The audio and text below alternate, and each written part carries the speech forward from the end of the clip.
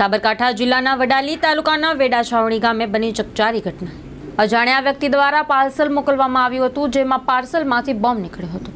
વેડા છાવણી ગામે થયેલ પાર્સલ બોમ્બ બ્લાસ્ટમાં વ્યક્તિ નામે જીતેન્દ્રભાઈ હીરાભાઈ વણઝરા, ઉંમર વર્ષ 35, જેમનું તાત્કાલિક ઘટના સ્થળે મોત નીપજ્યું હતું।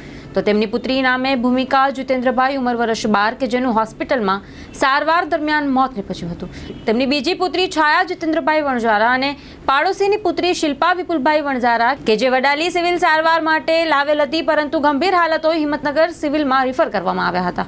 આ ઘટનાની જાણ થતાં જ વડાલી પોલીસ સહિત જિલ્લા એસપી, ડીવાયએસપી અને એફએસએલની ટીમ ઘટના સ્થળે દોડી આવી હતી અને ઘટના સ્થળ વધુ તપાસ માટે સીલ કરી દેવાયું હતું તથા પાર્સલ આપનાર રિક્ષા ચાલકની કસ્ટડીમાં લેવામાં આવ્યો હતો અને આગળની કાર્યવાહી હાથ ધરવામાં આવી હતી। પાર્સલ પર લખેલ ગુજરાતી ભાષામાં સરનામું અને પરિવારજનો તથા પ્રત્યદર્શીઓ નિવેદન પ્રમાણે ઘટના પાછળ ઇરાદાપૂર્વકની હત્યા કરવાની શંકાઓ સેવી હતી। આ ઘટનાને પગલે આખા ગામમાં અરેરાટી મચી જવા પામી હતી અને મોકલેલ પાર્સલમાં બ્લૂટૂથ સ્પીકર હતું કે જેની અંદર કંઈક વિસ્ફોટક પદાર્થ હોવાનું પ્રત્યદર્શી દ્વારા હોવાનું જણાવવામાં આવ્યું છે।